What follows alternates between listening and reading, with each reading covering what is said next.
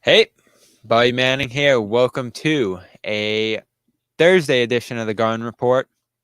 We get the NFL draft tonight coming up here. We'll have coverage on CLNS Media.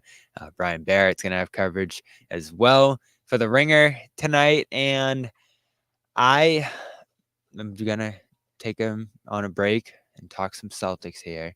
Celtics suffer a pretty crushing defeat in game 2 of this series, a series many people thought they would sweep. Myself not included, Brian. I expected there to be some real competition in this series just because of the opponent. We've watched it too many times. We've been surprised too many times. I think last year was the last straw for me going into a series against the Heat and saying, "Oh, it's going to be easy." It's never going to be easy against this team for whatever reason, whether it's on the Celtics, whether it's on the Heat and their coaching and their culture or whatever else you want to say on that side.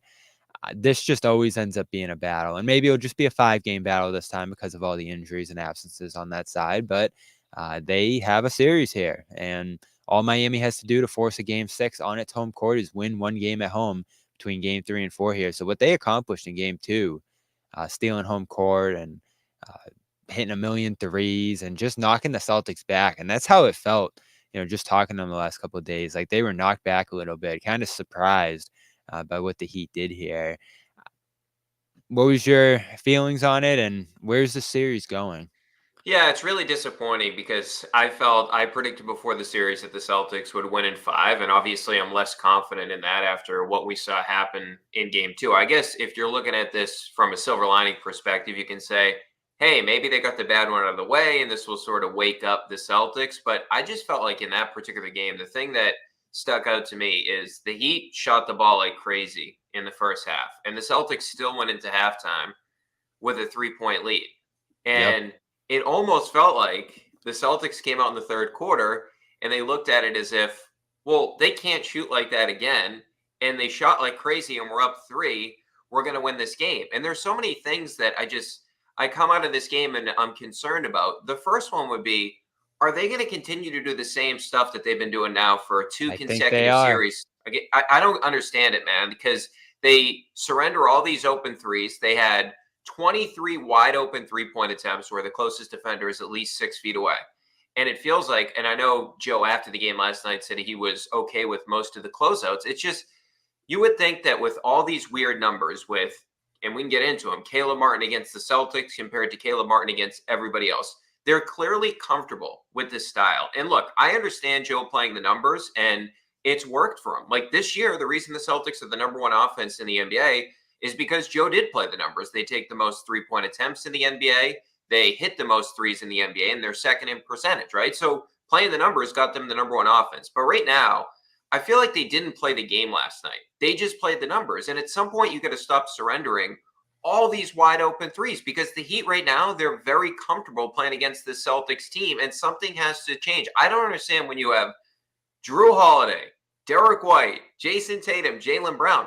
Why can't you just get into these guys and play normal defense instead of saying, oh, we're okay with Highsmith hitting an open shot? Well, he was 3 of 3 on wide open threes. Tyler Hero got 6 wide open threes in the game. Caleb Martin got a bunch. He was 3 of 3. So to me, it's just something's got to change because you're going to get burned this way. And I felt like last year they got burned in a lot of the series doing the same stuff. Yeah, that series finishes 43% 3-point shooting for the Heat, and Celtics shot in the low 30s in that one. So I don't think the Celtics will shoot that poorly through a full series this time around. But you never know, and they're playing the variance game in a dangerous way right now by letting those guys get such quality looks. And when you saw the numbers, Brian, it was shocking because Joe said what he said after last night's game about the closeouts, and I do feel like he just had the guard up, wall up a little bit, and that just kind of slipped out because when I followed up a little bit later, he said most of them, he felt like they were actually well contested. And then you look at the numbers and it's like, no, they weren't. You had well over 20 wide open threes for the Heat in this one. And when you talk about comfort, that combined with the Heat not even hiding the fact that their game plan going into game 2 was going to be fire away. If you have even an inch of space, just launch it. I don't know how you end up so unprepared for that. Or when you see it going a certain way, don't adjust. And you're right, they had that halftime lead. So maybe that reassured them a little bit that playing the percentages and that coming down to earth would go their way in the second half. And maybe they didn't need the shooting to even go down by that much when you consider the 10-point loss here. And they certainly had offensive issues in this game too, beyond the defense. But it was just a baffling style, and it continues to concern me, the lack of attention to detail to defense here. You don't hear much from them about how they need to adjust defensively, the different ways they can play on that end, all the different weapons they have. And this, to me, it's still what frustrates me most about this Missoula era is they are on paper, or at least with the personnel they have, a defensive team. They can be the best defense in the NBA, and they just have these lapses or casual approach or scheme that they play, and it lets guys heat up, especially usually they're giving away the mid-range, right? And so you go against a Trae Young, or last year it might have been Harden or whoever it was, who's comfortable stepping into that space and putting up floaters or shots or whatever it might be. And all of a sudden the shot that doesn't look that efficient, or you're expecting to be inefficient, ends up being a great shot for them. And for some reason or another in this series, for as much as Missoula values the three, they're just giving the Heat threes. And it does feel like deja vu a little bit to last year, where Martin's open over and over and over again. And it's not even just the shying away from him, but they're not rotating behind. They're not even getting out to these guys. And that's where I do take a little bit of the heat off Missoula and say, what are you guys doing as players? Like, it's just the effort and intensity and attention to detail on them, I think, to some degree too. Yeah, I certainly agree with that. I thought there was, especially down the stretch of the game, there was a couple of times where guys just didn't get out to shooters. And that's not a Missoula thing. That's a player thing where there's got to be more of an effort there. But I just think about all the different things that have transpired with these two teams. And I think about the fact that their best ball handler is out. Their best playmaker is out in Jimmy Butler. Tyler Hero's not a good ball handler.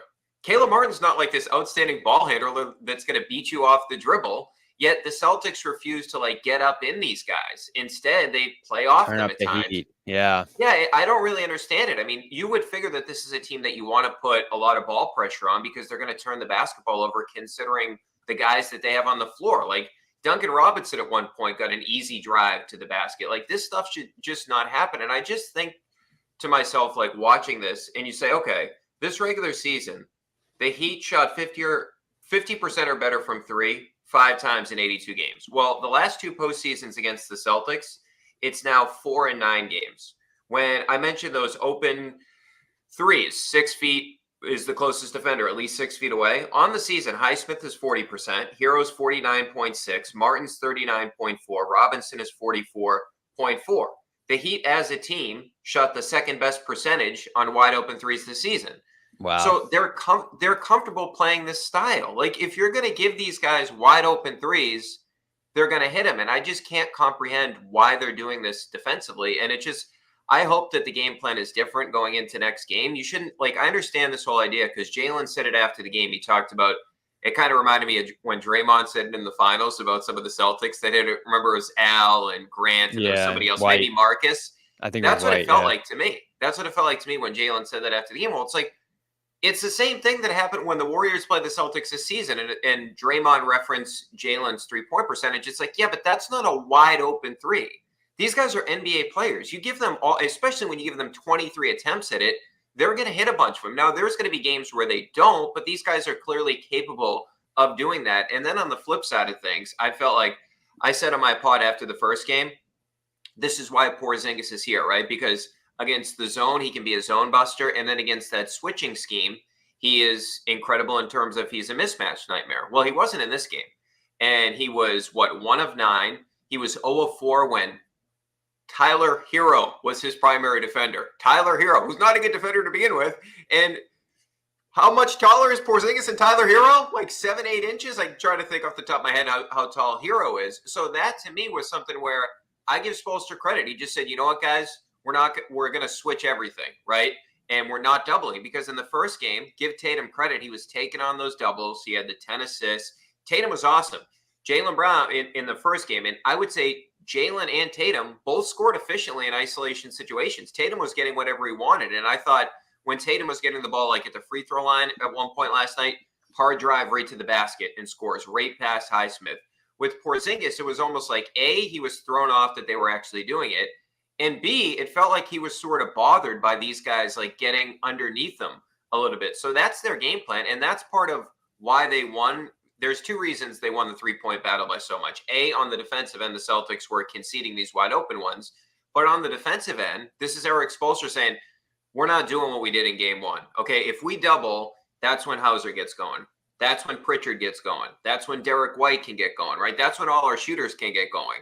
But if we just play them straight up and switch, there's a chance that, hey, Tatum may go off. He did. He had 28. There's a chance that Jalen may go off. He had 33. But there's also a chance that one of the three guys, and I include Porzingis in this, one of those guys has a stinker. And then if we hit enough threes on the other end, we can find a way to win the game. So I think it's on both sides of the floor with both the offense and the defense, where the Heat had a better game plan in that situation last night. And I'm confident that Porzingis is going to bounce back because Porzingis has been an incredible player for this team all season long, and we've seen it. Like, the reason he's the most efficient post-up scorer in the NBA is because he does it against smaller guys, right? It's not like, I can't remember one time where Porzingis is actually posting up, say, Joel Embiid, right, or Brook Lopez. He's not posting up centers. He's posting up smaller defenders that the Celtics dictate those matchups. So I just feel like from an offensive perspective, this is an easier thing to figure out. It's the defense, to me, that I just hope there's some sort of adjustment, and just the necessary effort is there as well.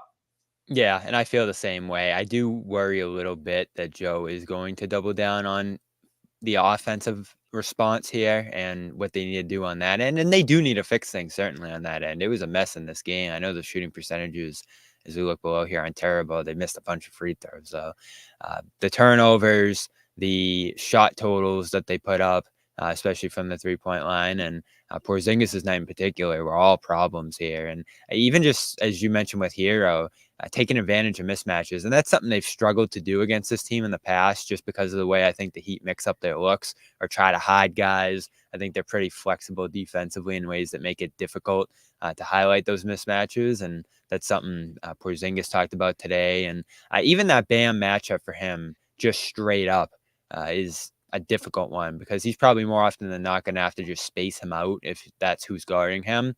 And if they do throw a Jovic on Porzingis, or someone like that, he has to be brutally efficient, and they're just going to try to hammer that matchup over and over and over again. I think that's a trap the Celtics fell into a little bit in this game. And then the Heat have a guy flying over, and they're laying bodies on him, and they weren't afraid to foul in this game either.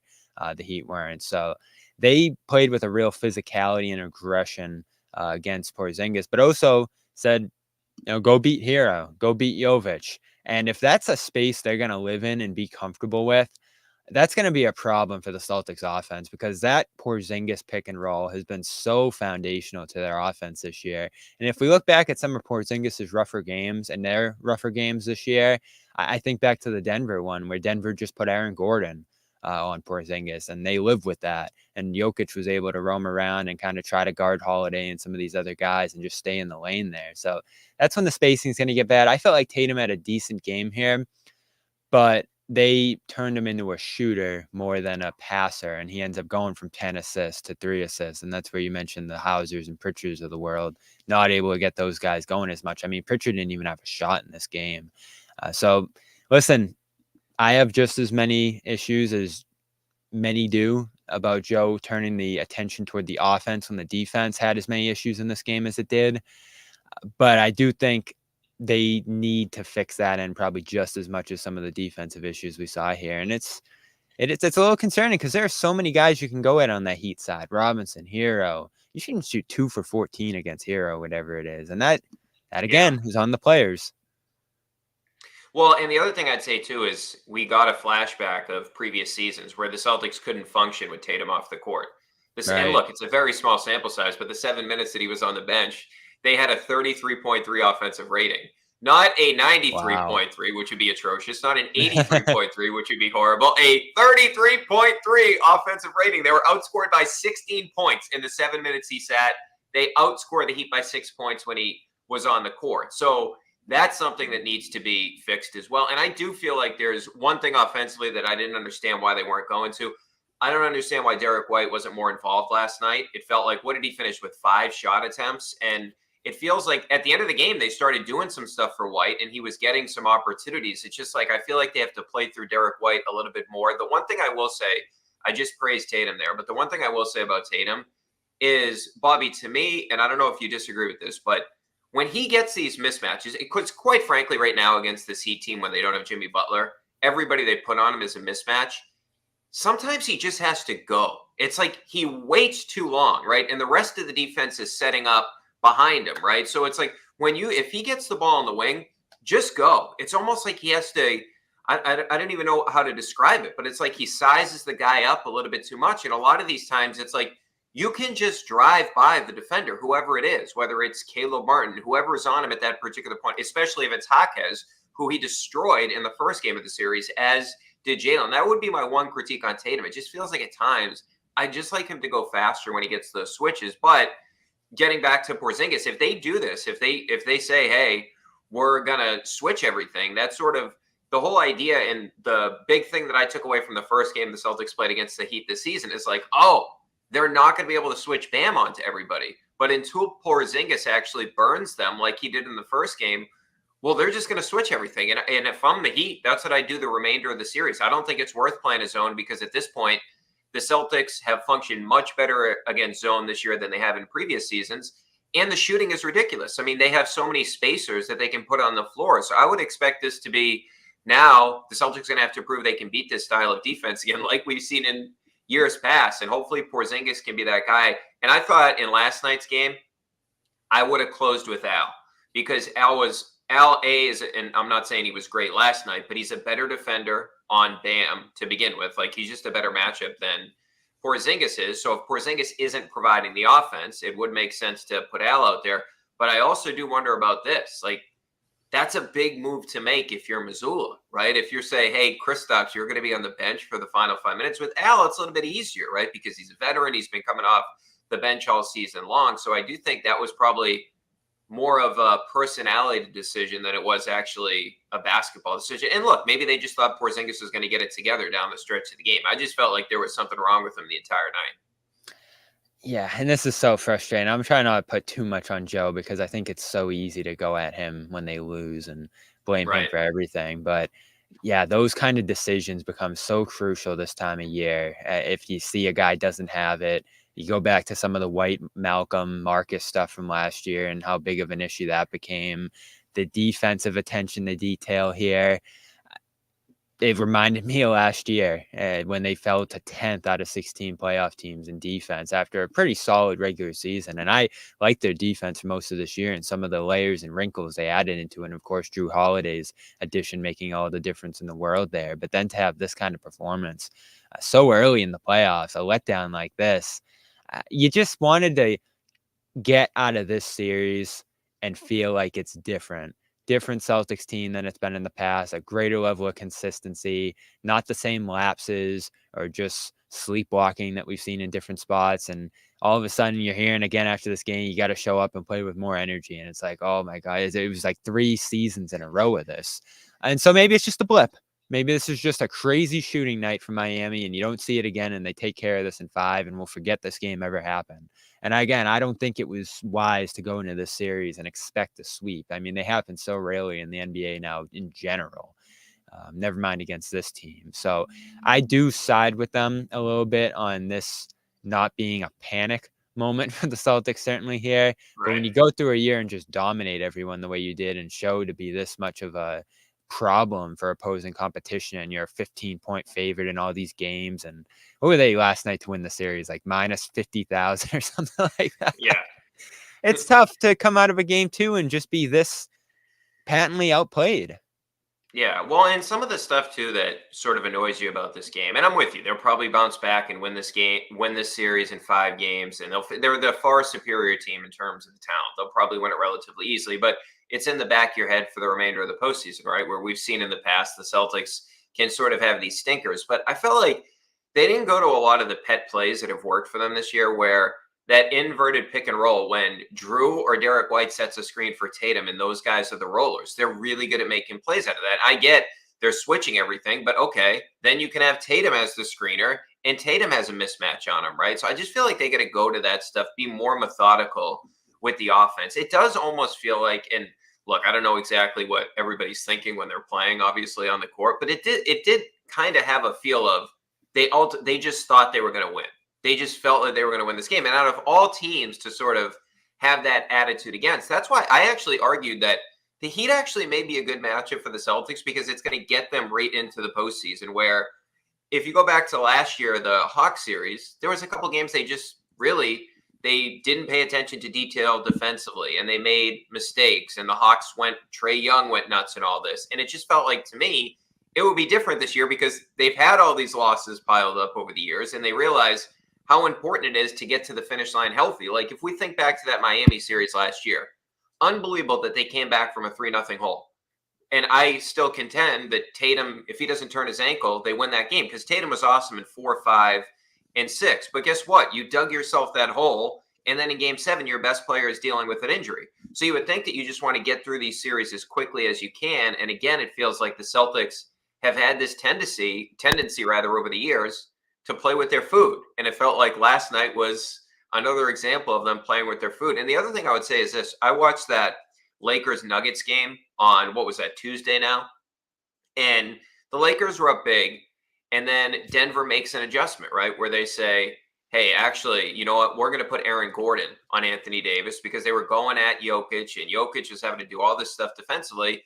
And that ended up working for them, right? Because LeBron was basically just calling Anthony Davis up every time and they were getting the mismatch they wanted on Jokic. So Denver made an adjustment. Then they started to get back in the game and you felt like, oh, this is what Denver does. They made one little change and they were going to win the game. I never felt like in that third quarter because the Heat came out and what was it, a 22-9 run to start the third.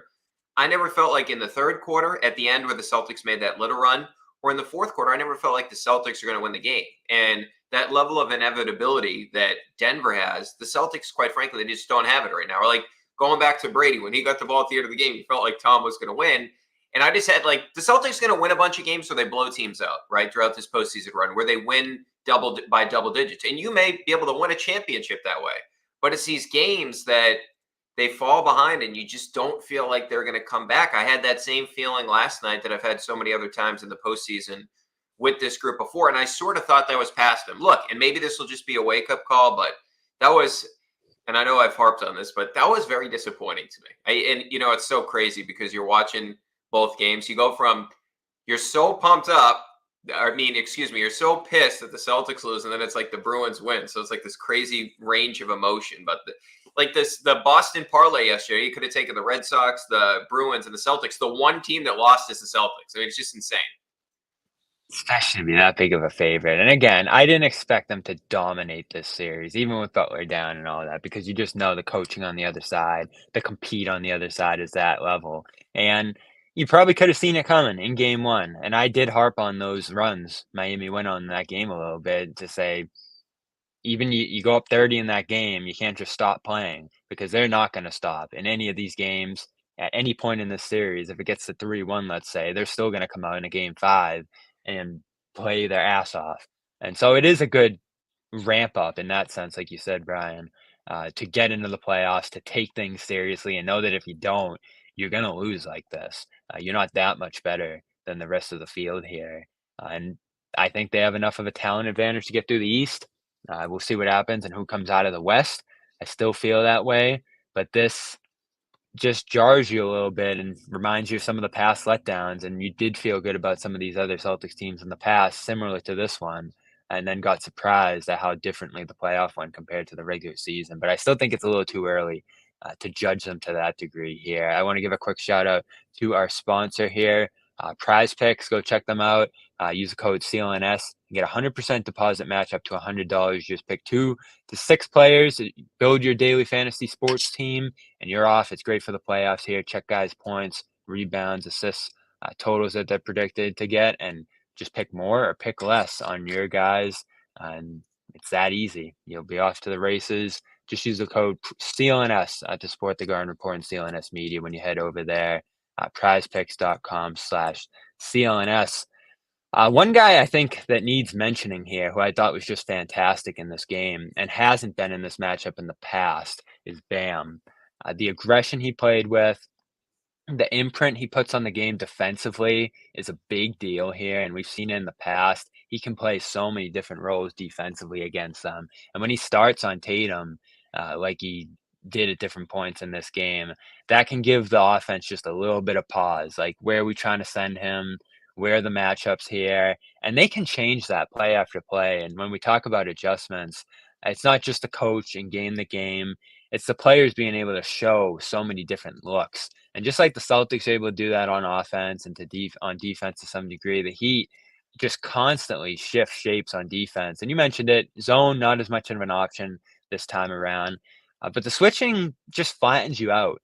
And I know you wanted to see Horford to close this game, but I do understand why they went to Porzingis late, because you had to have a guy who could beat some switching out there. And the tough thing with Al at this point of his career is you can just switch him and know that he's not going to Yeah. beat you on a seal or on a post up or something like that. So you can just sort of take away his 3-point game by switching aggressively. And it does bring me back.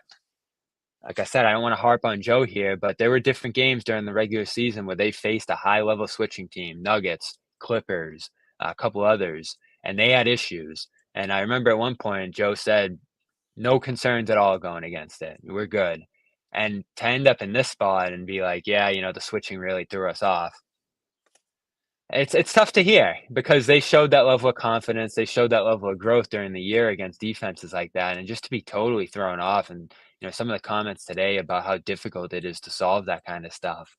It just doesn't sound great, and it doesn't look great on Joe. It really doesn't. For them to be that perplexed and that overwhelmed by just some coaching adjustments and scheme adjustments on the other side. And I do believe the Heat a little bit, because, you'll ask Spoelstra and you'll ask their players about the schemes and the zone and all that different kind of stuff. And whether it's just to kind of cover themselves up or not get into the weeds, they always say, listen, it's not about the scheme. It's not about any tricks we're doing out there. It's about being ready to know this is going to be really difficult and making as intense of an effort at whatever we're doing as possible. And you do see that playing out a little bit on the court. Like, they are just going. Offense, guys are flying around. Defense, guys are making the rotations behind some of the pressure they're putting on the ball, whatever it might be. So they do play with a level of intensity and physicality and just assertiveness in what they're doing that, yes, the Celtics have all the talent advantages and all the different things we talk about here, but you have to do that stuff too, or that stuff for the Heat can end up being a real advantage for them. Well, yeah, and even if you look at this game last night, the Celtics didn't crash the boards at all.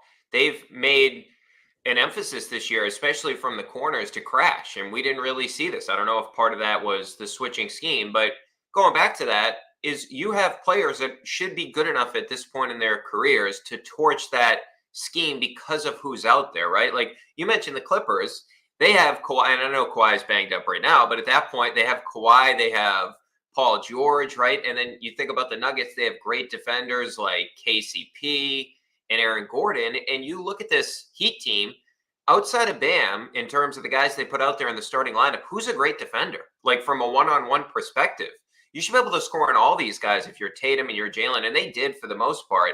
But to me, like, this team is not nearly talented enough to be able to stop the Celtics the way that they are. That's why I feel like you got to take advantage of some of the other matchups too, like Derek White, as I alluded to earlier. I mean, I feel like I come away from every loss that the Celtics have and I say, hey, there should be more Derek White, because he seems to make the correct play every time. And then on the flip side of that, I do wonder how they're going to defend Bam going forward. No, now look, part of it last night is Bam was he was hitting everything from the mid range, right? He's got that little push shot that he's really good at.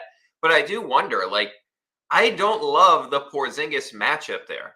I really don't. Like when He gets into Porzingis has, foul trouble too. yeah. So I do wonder if they take one of the wings, either Tatum or Brown, and have them go one-on-one with Bam, because Bam is an unbelievable player. He's not like somebody that is going to torch them with his size down low. And Jalen and Tatum are both sturdy enough to bang with Bam if they need to. So I wonder what adjustments they make on that end of the floor. Or maybe they don't make any adjustments at all, and we just see the Heat take a bunch of open threes and they play the variance game. I just feel like that's a recipe for a disaster, playing the variance game, because we've seen it in the NBA playoffs. We've seen teams, they can just get red hot, and I just wouldn't count on that throughout the entirety of a series. I don't feel like playing the numbers is the right way to approach this Heat team. So I hope that game 3, this team comes out with a different fire defensively. And I would even say the two guys they got for this matchup, right, in terms of Porzingis and Drew, I thought Drew was atrocious in this game. He He was was not good awful. offense. Yeah, and defensively, I don't know what he was doing. It's like he was almost like asleep out there at times. I don't know. The whole effort on the defensive end, top to bottom, was bad. And Drew's too on offense. He makes some of these passes that you scratch your head like, what was he looking at? And then there was a play in this game where he gets I believe it was Hero, gets a block at the top of the key, and then he just dribbles up the court and takes a contested three from the left wing. Immediately. Yeah, and it's like, dude, I understand he shot the three ball tremendously well this season, but those weren't contested. Like, the reason he was so good is because he's shooting all these wide open threes in the corner, and it was coming off ball movement. Sometimes he will do this, like, and his pull up numbers are fine and all, they're good. But that to me was just, that was rush. You make this huge play defensively, and then you do that. To me, it just, and then there was one point in the game where Porzingis pulled one from the logo. And look, I know that Porzingis, the depth on his threes, it's like one of the deepest. I believe it's one of the deepest in the league. It's like, what is it, like 27 feet or He's whatever? always far behind the line. Yeah, but those are usually from the wing, right? And that's like from ball movement. This was like in transition. I can't remember if it was Tatum or Jay. It could have been Derek White. I forget who passed it to him, but he caught the ball basically at the logo and threw one up. I'm like, you got to be kidding me. Yeah, Drew had some real lapses in this game. The ball ended up in his hands a ton.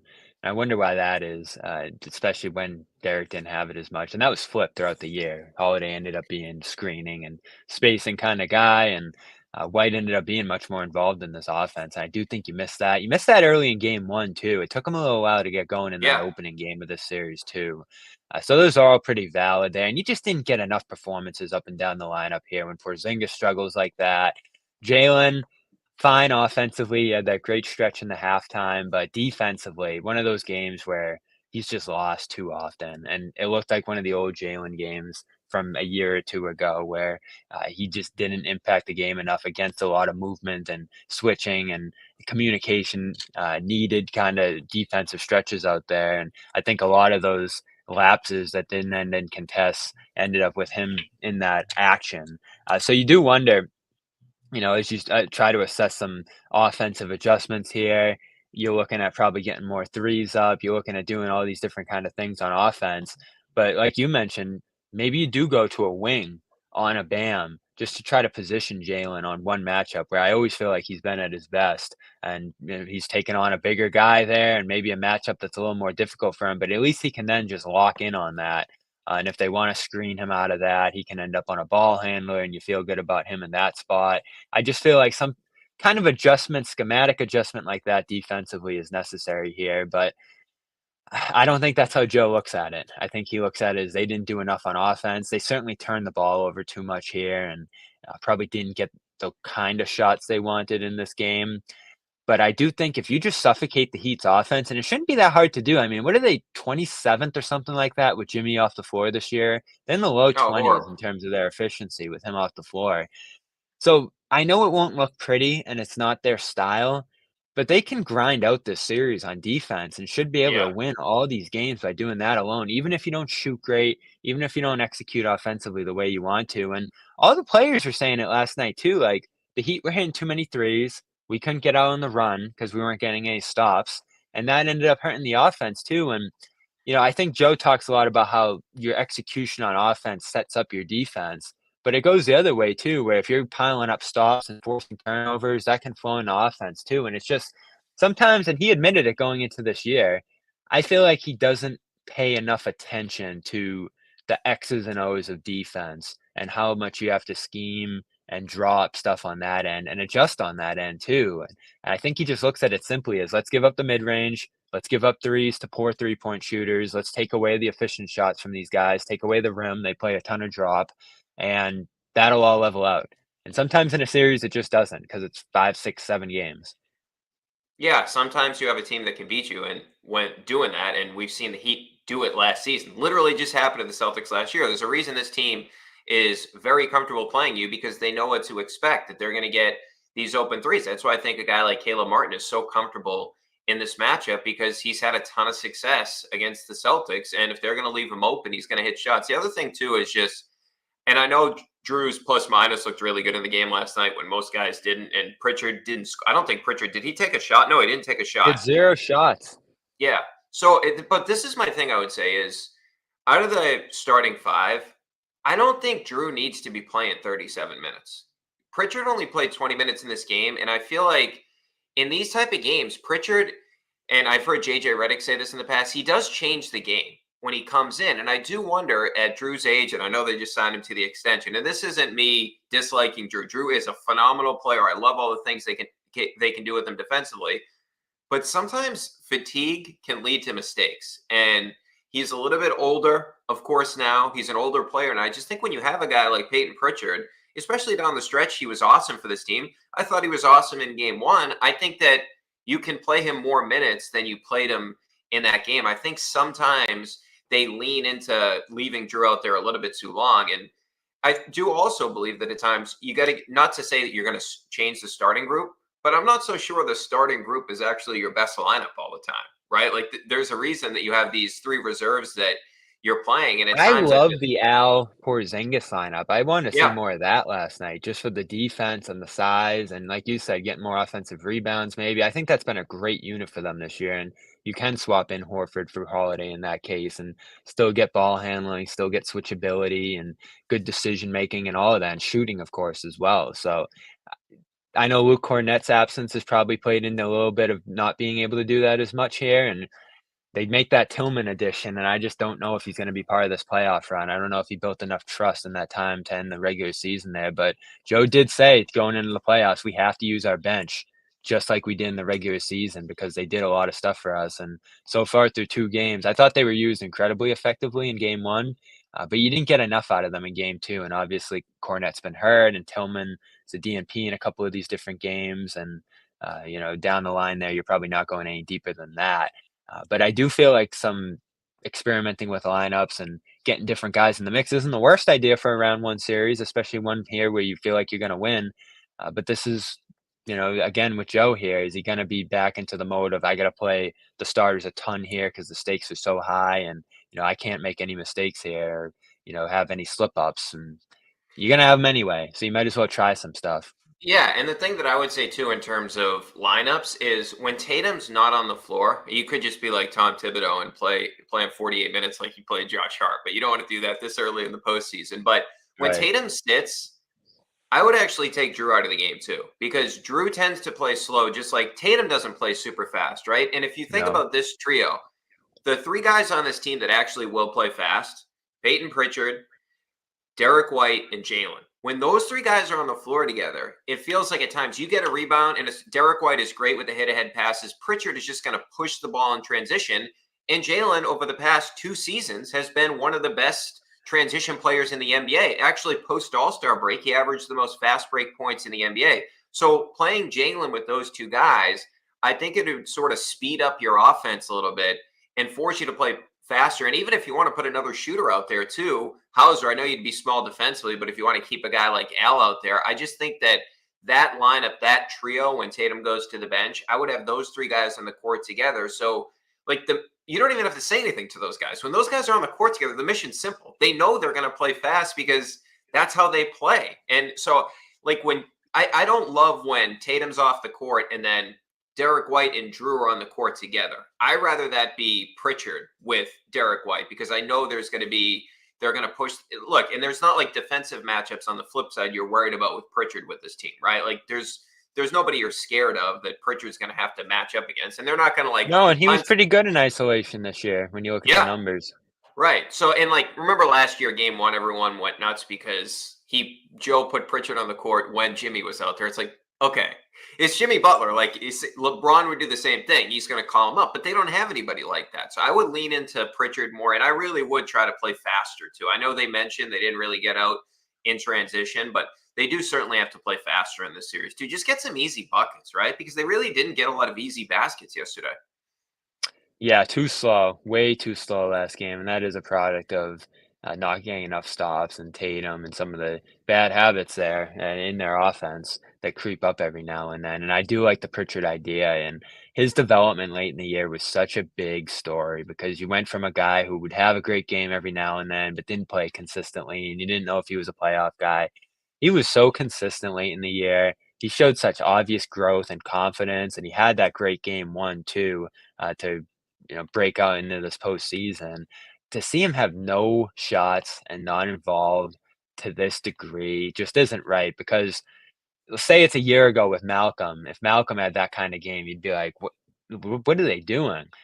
And Pritchard's effectively in that Malcolm role now, and he had some Malcolm-like production this year in that spot. I think he took over that role effectively for at least the late stages of the season. So I don't think it's crazy at all to say he should be out there with the starters a ton, playing some extra minutes if another guy doesn't have it, like Holiday clearly didn't in this last game.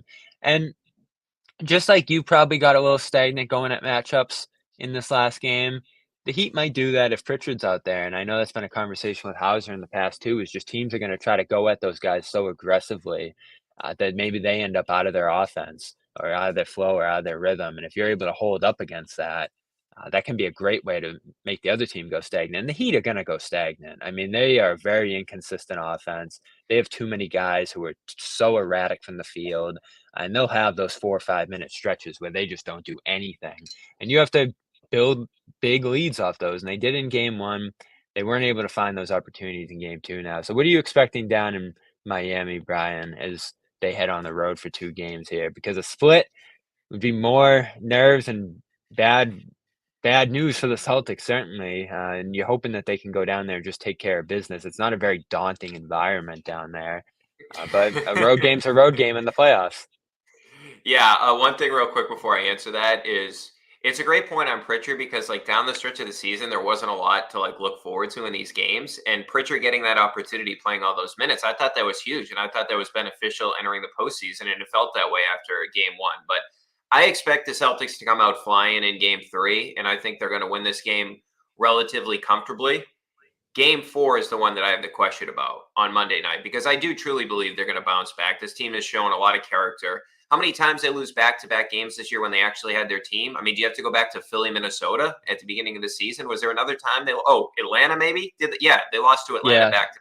But they even had that some was guys kind of missing in weird, those right? ones too. Yeah. Yeah, that was kind of a weird situation. So they've shown the ability to bounce back. So I do think they'll win this game convincingly, the game three.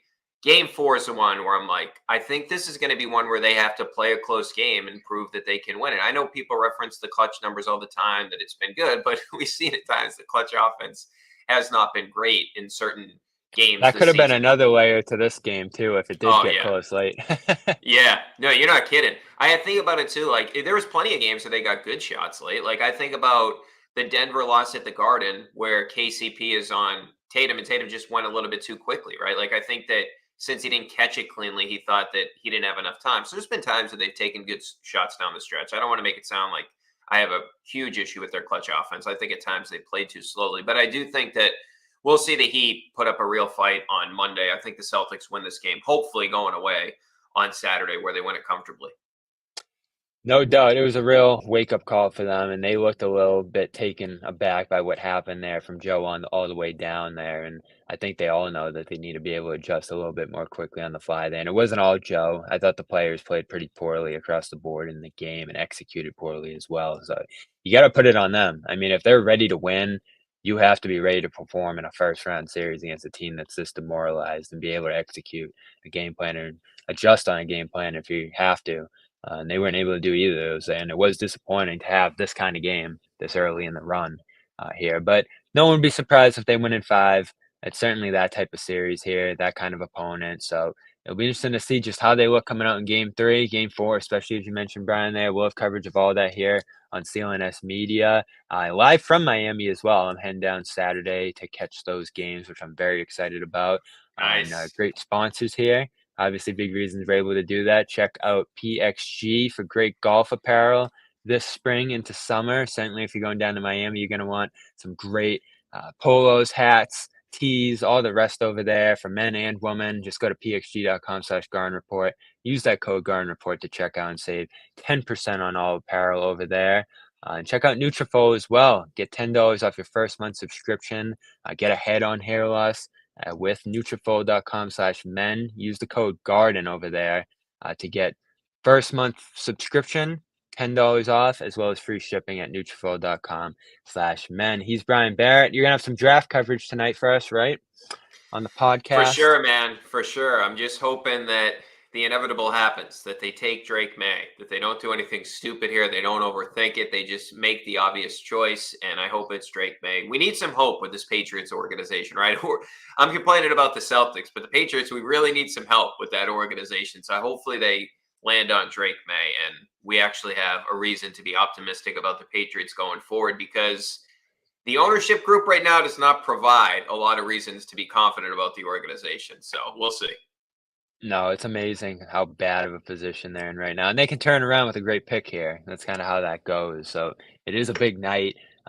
Red Sox certainly not giving us already a ton to be excited about, and their season seems to be falling apart by the time May even comes around here, so tough spots for those teams. Luckily, Celtics, Bruins, in the midst of what look like could be some pretty good playoff runs here, so check out, Brian Barrett's Off the Pike podcast for more coverage of them. Check out our Patriots channel tonight over here. Taylor Kyles and the rest of the crew there are going to have a ton of coverage tonight, live reaction, I'm sure, as well. I'm sure John will be jumping in as well to give some reaction here. They're over at Patriots Press Pass, so subscribe over there. That draft's coming up in just about 90 minutes now, so be ready, be subscribed, have the notifications on over there. Thanks for stopping by, Brian. I'm sure we'll talk later this postseason. Thanks for having me, man. Enjoy Miami.